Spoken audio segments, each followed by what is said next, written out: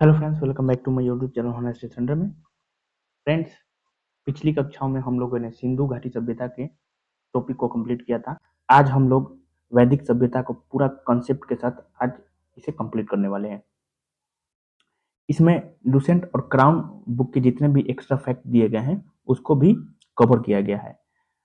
अगर आप लोगों ने पिछली कक्षाओं के सभी वीडियो को आप लोगों ने नहीं देखा है अब तक, तो डिस्क्रिप्शन बॉक्स में लिंक दिया जाएगा, वहां पे आप जाके उसे सबसे पहले उसे ही देखना है। उसके बाद आपको वैदिक सभ्यता को कंप्लीट करना है, ठीक है।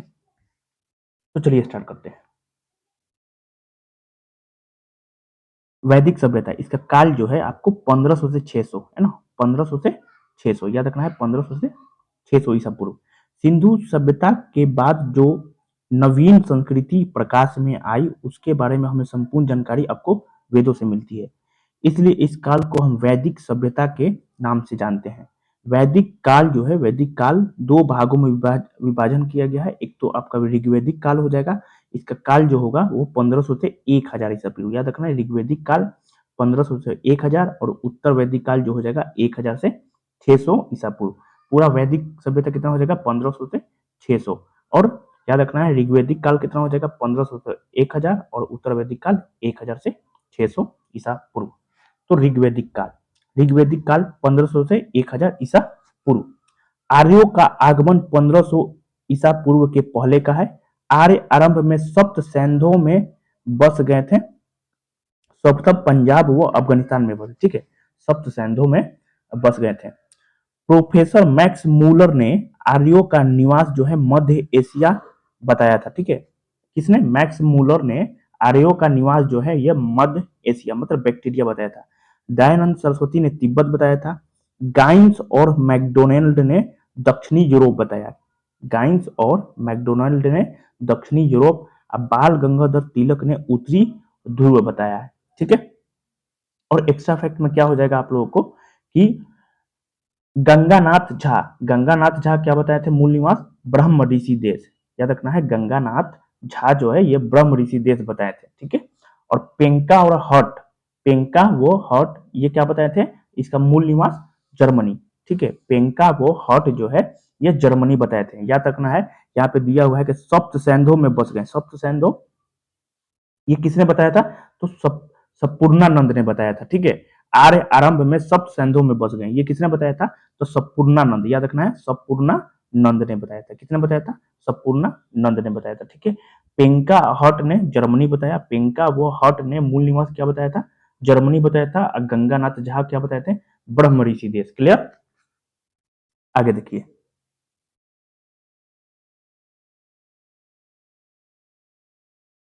आर्य शब्द का अर्थ जो है ये श्रेष्ठ कुलीन होता है। इस सभ्यता के संस्थापक आर्य थे। वैदिक सभ्यता, इसलिए इसे कभी कभी आर्य सभ्यता भी कहा जाता है। वैदिक सभ्यता मूलतः ग्रामीण थी। याद रखना है, वैदिक सभ्यता जो थी यह मूलतः ग्रामीण थी। आर्यों का आरंभिक जीवन मुख्यतः पशुचारण का था। कृषि उनका गौण धंधा था।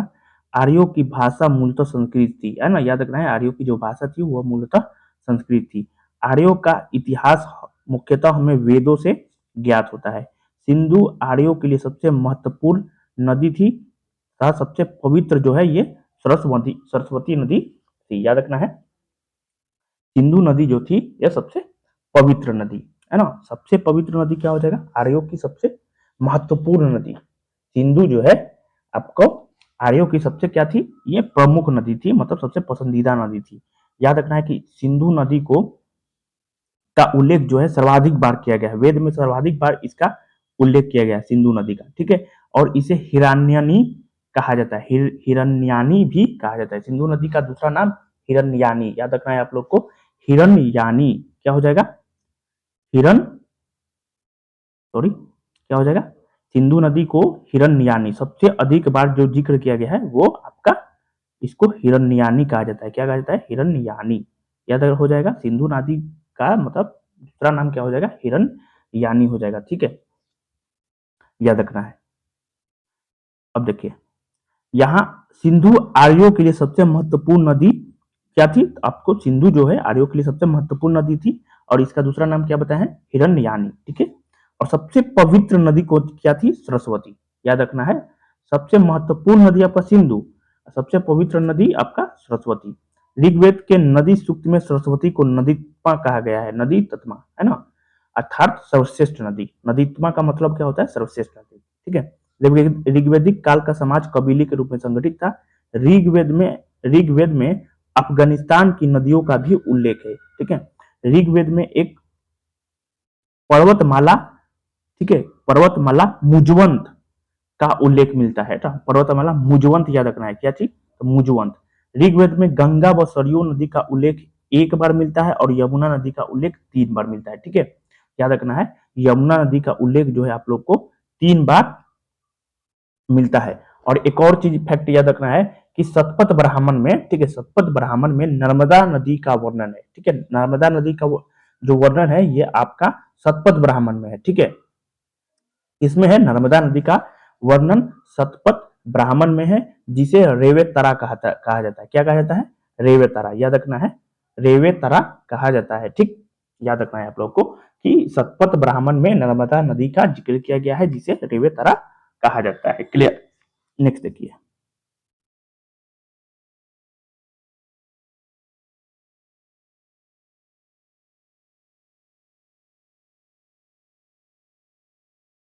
अब ऋग्वेदिक कालीन नदियां क्या हो जाएगा?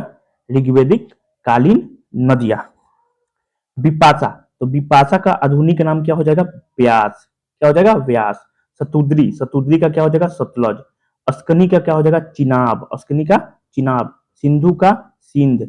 सदानीरा का गंडक, सदानीरा का गंडक। कुंभा का काबुल। वितस्ता का झेलम, क्या हो जाएगा? वितस्ता का झेलम। पुरुषनी या इरावती को रावी नदी के नाम से। सुवस्तु या सुवास्तु स्वात हो जाएगा। कुंभ का कुर्रम। दृढ़धति या सरस्वती का दूसरा नाम घग्गर।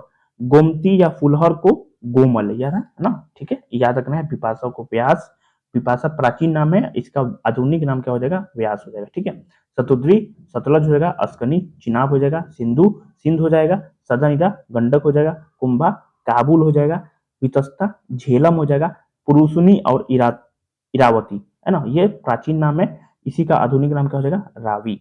सुवस्तु या सुवास्तु स्वात हो जाएगा। कुंभ का कुर्रम हो जाएगा। दृढ़धति या सरस्वती घग्गर, मतलब दृढ़धति को ही सरस्वती नदी कहा जाता है। ठीक है, इसका आधुनिक नाम क्या हो जाएगा? घग्गर। गोमती को फुलहर कहा जाता है, गोमती को फुलहर, इसी का आधुनिक नाम गोमन, है ना? ठीक है। पितृस्तात्मक परिवार आर्यों के कबीलाई समाज की बुनियादी इकाई थी। ठीक है, ऋग्वेद में आर्यों के 5 कबीले होने की वजह उन्हें पंचजन्य कहा गया है। अब ऋग्वेद में आर्यों के 5 कबीले होने की वजह से उन्हें पंचजन्य कहा गया है। यह हो जाएगा अनु, दुहै, पुरु, तुवर्स, यदु। याद रखना है, अनु यदु पुरु, है ना, अनु यदु पुरु तुवर्स दिहै। अनु यदु पुरु तुवर्स दिहै। पंचजन्य, है ना, 5 कबीले का नाम ही ये है ना। क्या हो जाएगा? अनु यदु पुरु, इस तरह याद रखिए, अनु यदु पुरु तुवर्स दुहै। अनु यदु पुरु तुवर्स दिहै। ग्राम जो है विश्व और जन में उच्चतम इकाई है। ग्राम जो है विश्व और जन में उच्चतम इकाई क्या हो जाएगा? ग्राम हो जाएगा। ठीक है, ग्राम जो है संभवतः कई परिवारों के समूह को कहते थे। ग्रामनी ग्राम का मुखिया होता था। विश्व कई गांवों का समूह होता था। ठीक है, इसका प्रधान जो है ये विश्वपति कहलाता था। जन अनेक अनेक विषयों का समूह, उसके अधिपति को जनपति कहा जाता था। देश या राज्य के लिए राष्ट्र शब्द का मतलब यूज आया है। राजा का पद वंशानुगत नहीं होता था। राजा को गोप या गोपति कहा जाता था। ठीक है, ऋग्वेद में सेनानी सेनापति को कहा जाता था। पुरोहित शासकीय पदाधिकारी थे जो राजा की सहायता के लिए थे। ठीक है, राजा की सहायता हेतु 12 मंत्री होते थे जिन्हें रत्नी कहा जाता था। ठीक है, जिसमें सूत, रथकार और करमार पदाधिकारी थे। ठीक है, पुरूप या पुरूप जो है ये दुर्गपति होता था। ठीक है, पुरूप जो है ये दुर्गपति होता था जो सैनिक कार्य करता था। तथा स्पर्श जो है ये गुप्तचर होते थे। स्पर्श जो है ये आपका गुप्तचर होते थे। वाजपति वाजपति गोचर भूमि का अधिकारी याद रखना है, वाचस्पति जो है ये गोचर भूमि का अधिकारी होता था। कुलूप जो है परिवार का मुखिया होता था। दूत समय समय पर संधि विग्रह के प्रस्ताव को लेकर राजा के पास जाता था। विदर्थ है ना, विदर्थ सर्वाधिक प्राचीन संस्था थी जो धन का बंटवारा करती थी। विदर्थ जो है सर्वाधिक प्राचीन संस्था थी जो धन का बंटवारा करती थी। सभा वरिष्ठ एवं कुलीन लोगों का समूह था। इसका ऋग्वेद में 8 बार उल्लेख किया गया है। याद रखना है, 8 बार उल्लेख किया गया है सभा का। समिति जन प्रतिनिधियों के समूह का प्रतिनिधित्व करती थी। याद रखना है, समिति का उल्लेख जो है ये 9 बार किया गया है। ठीक है, 8 बार सभा का, समिति का 9 बार। इसमें इसके सभापति को ईशान कहा जाता था। ठीक है, वैदिक कालीन न्यायाधीश को प्रश्न विनाक कहा जाता है। यह बहुत इंपॉर्टेंट हो गया कि वहां के न्यायाधीश को, वैदिक कालीन न्यायाधीश को क्या कहा जाता था? प्रश्न विनाक। क्या कहा जाता था? प्रश्न विनाक। क्लियर? अधिकतर लड़ाइयां जो है जानवरों के लिए लड़ी जाती थी। ठीक है, युद्ध के लिए गविष्टि शब्द का प्रयोग किया, जिसका अर्थ है गायों की खोज। याद रखना है, गायों की खोज। ऋग्वेद के 7वें मंडल में 10 राज युद्ध का वर्णन है जो सुदास व 10 जनों के मध्य लड़ा गया पुरुषनी नदी के तट पर, मतलब रावी नदी के तट पर, जिसमें सुदास जो है विजय हुआ था। किस नदी के तट पर? तो रावी नदी, पुरुषनी नदी के तट पर। ये आपको पुरुषनी बोलिए या इरावती, है ना, ये ना इरावती नदी बोलिए या पुरुषनी नदी के बोलिए, है ना, रावी नदी के तट पर हुआ था। आर्य जो है पितृसत्तात्मक संयुक्त परिवार या समाज के थे। वैदिक कालीन चतुर आश्रम व्यवस्था के अनुसार मानव जीवन को 4 आश्रमों में बांटा गया है। ये हो जाएगा ब्रह्मचार्य, गृहस्थ, वानप्रस्थ और संन्यास। ठीक है, मानव जीवन 100 वर्ष मानते हुए प्रत्येक को 25 वर्ष में विभाजित किया गया।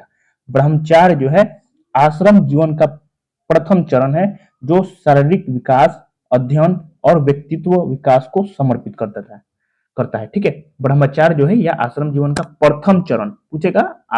आश्रम जीवन का प्रथम चरण क्या है? तो ब्रह्मचार्य हो जाएगा, जो किसको रिलेट करता है? जो शारीरिक विकास, अध्ययन और व्यक्तित्व विकास को समर्पित करता है। ठीक है, आगे देखिए, दूसरा गृहस्थ क्या हो जाएगा? दूसरा गृहस्थ हो जाएगा। ठीक है, आश्रम जीवन व पारिवारिक जीवन को समर्पित है। तीसरा वानप्रस्थ, आश्रम सांसारिक दुख सुखी और इच्छाओं से खुद को अलग करने, है ना, वानप्रस्थ मतलब वन वाला, है ना, आध्यात्मिकता की ओर जाने को समर्पित है। ठीक है, और चौथा जो संन्यास, आश्रम आश्रम संसार से पूरी तरह से विनम्र हो जाने, सारा समय ध्यान और प्रार्थना में व्यतीत करने से संबंधित है। ठीक है, ऋग्वेद में समाज 4 वर्गों में था और वर्ण व्यवस्था कर्म आधारित थी। ये थे ब्राह्मण, क्षत्रिय, वैश्य और शूद्र। ऋग्वेद के पुरुष सूक्त में 4 वर्णों का उल्लेख मिलता है, हालांकि 10वां मंडल जो है बाद में जोड़ा गया है। ठीक, पुरुषार्थ या जीवन के 4 लक्ष्य, धर्म, अर्थ, काम, मोक्ष। क्या हो जाएगा? पुरुषार्थ या जीवन के 4 लक्ष्य क्या हो जाएगा? धर्म, अर्थ, काम, मोक्ष। धर्म, अर्थ, कर्म, मोक्ष। धर्मशास्त्र के अनुसार प्राचीन भारत में लोगों की रक्षा और न्याय के प्रशासन के लिए क्षत्रिय वर्ण जिम्मेदार था। ठीक है, महिलाओं को शिक्षा का अधिकार था, विधवा विवाह होता था और बाल विवाह, पर्दा प्रथा, सती प्रथा जैसी बुराइयां नहीं थी। आजीवन अविवाहित रहकर विद्या अध्ययन करने वाली महिलाओं को अमाजू कहा जाता था। ठीक है, क्या? अमाजू, जो आजीवन अविवाहित होकर विद्या अध्ययन करती थी। ठीक है, विवाह के समय मिलने वाले उपहार को वहतु कहा जाता था। वहतु क्या था? वहतु मतलब दहेज, है ना, या उपहार। वहतु, विवाह के समय मिलने वाले उपहार को, एक प्रकार का दहेज था, विवाह के समय मिलने वाले उपहार को वहतु कहा जाता था। क्या कहा जाता था? वहतु। ऋग्वेद में घोषा, अपाला, सिकता, लोपामुद्रा, ठीक है, विदर्भ राज्य की कन्या, ठीक है, विदर्भ राज्य की कन्या, राजकुल में उत्पन्न अगस्त्य ऋषि की पत्नी आदि विदुषी महिलाएं थीं और विषफला एक योद्धा महिला थी। ठीक है, विषफला क्या थी? योद्धा महिला थी। पैसों के लिए पढ़ाए जाने वाला गुरु को उपाध्याय कहा जाता था। ठीक है, उपाध्याय कौन था? जो पैसों के लिए पढ़ाए मतलब एक प्रकार का टीचर था। ठीक है, उपाध्याय जो पैसा लेकर पढ़ाता था। ठीक, आर्य जो है मूलतः शाकाहारी थे और पेय पदार्थों में सोमरस का पान करते थे। आर्य 3 प्रकार के वस्त्र धारण करते हैं, एक तो अधोवस्त्र, दूसरा उत्तरीय वस्त्र और अधिवास। अंदर पहनने वाले वस्त्रों को नीवी कहा जाता था, ठीक है। नीवी मतलब अंदर पहनने वाले मतलब कपड़े को, ठीक। गाय को अघन्या मतलब न मारने योग्य माना जाता है। इनका मुख्य व्यवसाय पशुपालन एवं कृषि था। इनका प्रिय पशु गाय व घोड़ा थे, ठीक है। वस्तु वस्तु विनिमय द्वारा लेन देन करते थे और मुद्रा प्रणाली नहीं थी। याद रखना है, मुद्रा प्रणाली उस समय नहीं थी। वस्तु विनिमय द्वारा लेन देन होता था लेकिन मुद्रा प्रणाली का जिक्र नहीं किया गया, ठीक है। क्लियर, याद रखना है, मुद्रा प्रणाली मतलब सिक्का उक्का नहीं था। व्यापार के लिए बाहर जाने वाले व्यक्ति पनी कहलाता था। क्या कहलाता था? पनी। और ऋण देकर ब्याज लेने वाले को वेक नोट या सूदखोर कहा जाता था। लोहा जो है धातु की खोज आर्यों के द्वारा की गई थी, जिसे श्याम अयस कहा जाता था, है ना। क्या कहा जाता था? श्याम अयस। नेक्स्ट देखिए, लोहा जो है आर्यों के द्वारा ही खोजा गया था, जिसको श्याम अयस कहा जाता था, ठीक है। आर्य जो है प्राकृतिक बहुदेववाद, एकाधिदेववाद, एकेश्वरवाद एवं निर्गुण भक्ति में विश्वास रखते थे, ठीक है। ऋग्वैदिक भारत का राजनीतिक ढांचा इन 4 आरोही क्रम में बटाया है। एक कुल का क्या हो जाएगा? कुल्लू, कुलपा, है ना। क्या हो जाएगा? कुलूप हो जाएगा। कुल का कुलूप हो जाएगा। प्रधान मतलब कुल का प्रधान क्या होता है? कुलूप। कुलूप हो जाएगा। विश्व का विस्पति हो जाएगा। ग्राम का ग्रामणी हो जाएगा। जन का गोप हो जाएगा। इसमें सबसे बड़ा क्या हो जाएगा? आपका ग्रामी हो जाएगा, ठीक है, सबसे उच्च।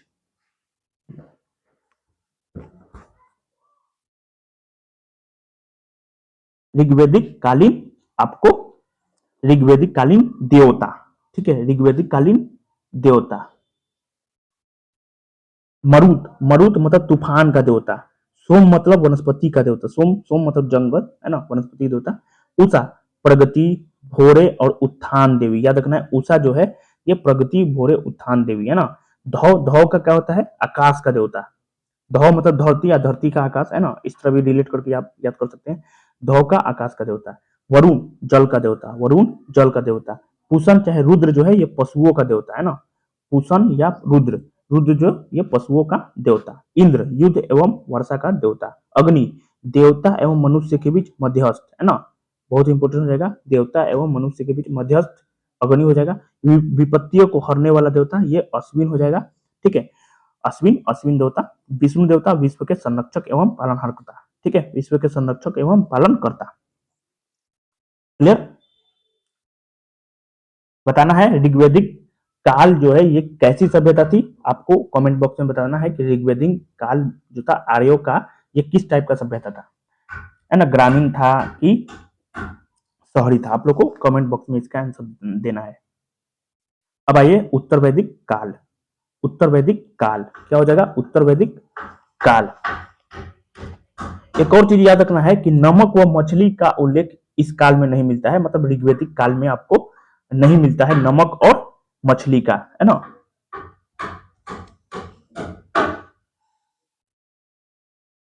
याद रखना है, क्या याद रखना है? नमक व मछली का उल्लेख इस काल में नहीं मिलता है। किस काल में? ऋग्वैदिक काल में आपको नहीं मिलता है नमक व मछली का काल, ठीक है।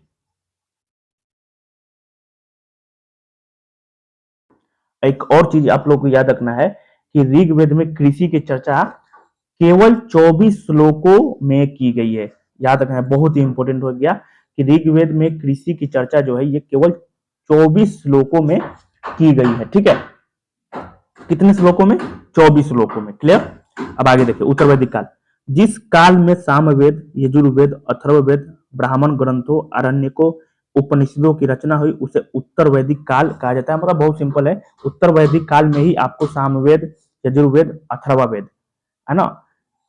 ऋग्वेद ऋग्वैदिक काल में हो जाएगा, ठीक है। ऋग्वेद का जो वेद का निर्माण हुआ था, रचना हुआ था, वो आपका ऋग्वैदिक काल में ही हुआ था। लेकिन उत्तर वैदिक काल में सामवेद, यजुर्वेद, अथर्ववेद का ये रचना हुआ था। ब्राह्मण ग्रंथ, आरण्यक, उपनिषद की रचना आपको उत्तर वैदिक काल में, महाभारत, रामायण, ये सब का रचना जो है उत्तर वैदिक काल में हुआ है, ठीक है।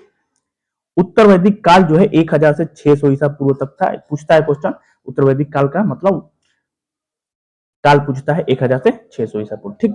इस काल में सभ्यता का केंद्र जो है पंजाब से बढ़कर कुरुक्षेत्र मतलब दिल्ली और गंगा यमुना द्वार उत्तरी भाग में आ गया था। इस संस्कृति का मुख्य केंद्र मध्य देश था। उत्तर वैदिक काल में सिंधु, उसकी सहायक नदियां सरस्वती व अफगानिस्तान की नदियों का भी उल्लेख मिलता है। राजा का पद महत्वपूर्ण, गरिमामयी एवं वंशानुगत हो गया। उस समय वंशानुगत नहीं था, याद रखना है। ऋग्वैदिक काल में वंशानुगत नहीं था, लेकिन आपको उत्तर वैदिक काल में जो राजा का पद हो गया, ये क्या हो गया, वंशानुगत हो गया। ये सबसे इंपॉर्टेंट हो गया, ठीक है, वंशानुगत हो गया। क्लियर। इस काल में राजा विशेष अवसरों पर यज्ञों का आयोजन करवाता था। राज्य अभिषेक के समय राजसूय यज्ञ और अश्वमेध यज्ञ एक साम्राज्यवादी यज्ञ होता था, ठीक है। उत्तर वैदिक काल में सम्राट हल चलाता था, याद रखना है, बहुत ही इंपॉर्टेंट, हल चलाता था। रानियों के घर पर जाता था, मतलब भोजन के लिए। हल को सीरा व हल रेखा को सीता कहा जाता था, ठीक है। याद रखना है, क्या याद रखना है कि सीरा, हल को सीरा और हल रेखा को सीता कहा जाता था, ठीक है। यहाँ निष्क एवं गाय द्वारा व्यापार होता था। यह वस्तु विनिमय का प्रयोग करते थे। वैदिक काल में धनी व्यक्ति को गोमत, याद रखना है, गोमत, धनी व्यक्ति को गोमत कहा जाता था, ठीक है। अतिथि को गोहंता या गोहन कहा जाता था। गोहंता या गोहन अतिथि को कहा जाता है। पुत्री को दुहिता कहा जाता था। पुत्री को दुहिता।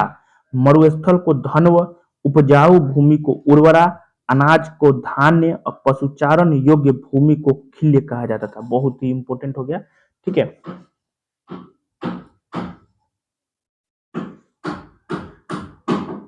नेक्स्ट देखिए,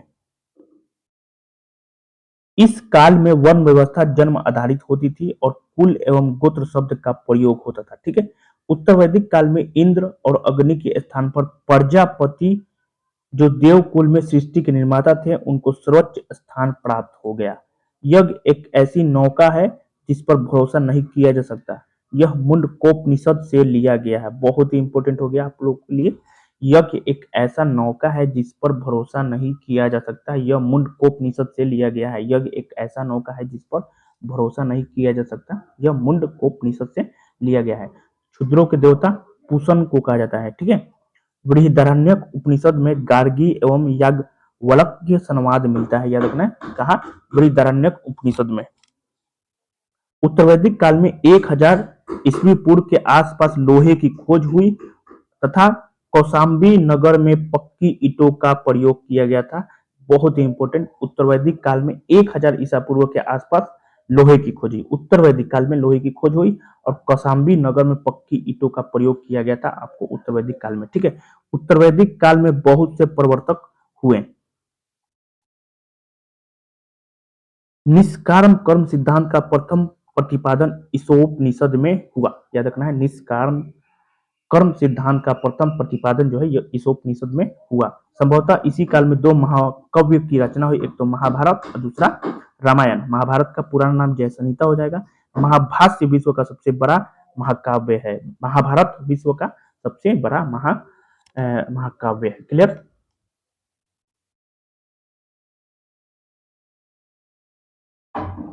आगे देखिए,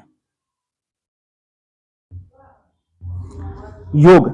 योग दर्शन का प्रवर्तक क्या हो जाएंगे, आपको पतंजलि हो जाएंगे। उत्तर मीमांसा का बादरायण हो जाएगा, ठीक है। चवार्क, चवार्क का चवार्क हो जाएगा। वैशेषिक का कनाद हो जाएगा।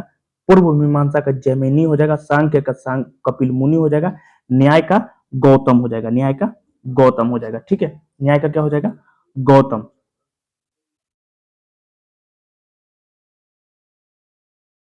चारों आश्रम अब बताना है आप लोगों को। चारों आश्रम जो ब्रह्मचार्य, गृहस्थ, वानप्रस्थ एवं संन्यास, इसका उल्लेख जो है किस उपनिषद में मिलता है, आप लोग को कमेंट में बताना है कि इसका उल्लेख जो है किस मतलब उपनिषद में मिलता है।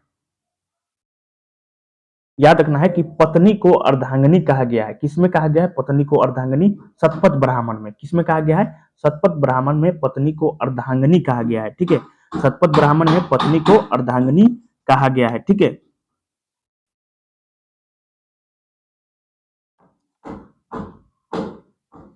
याद है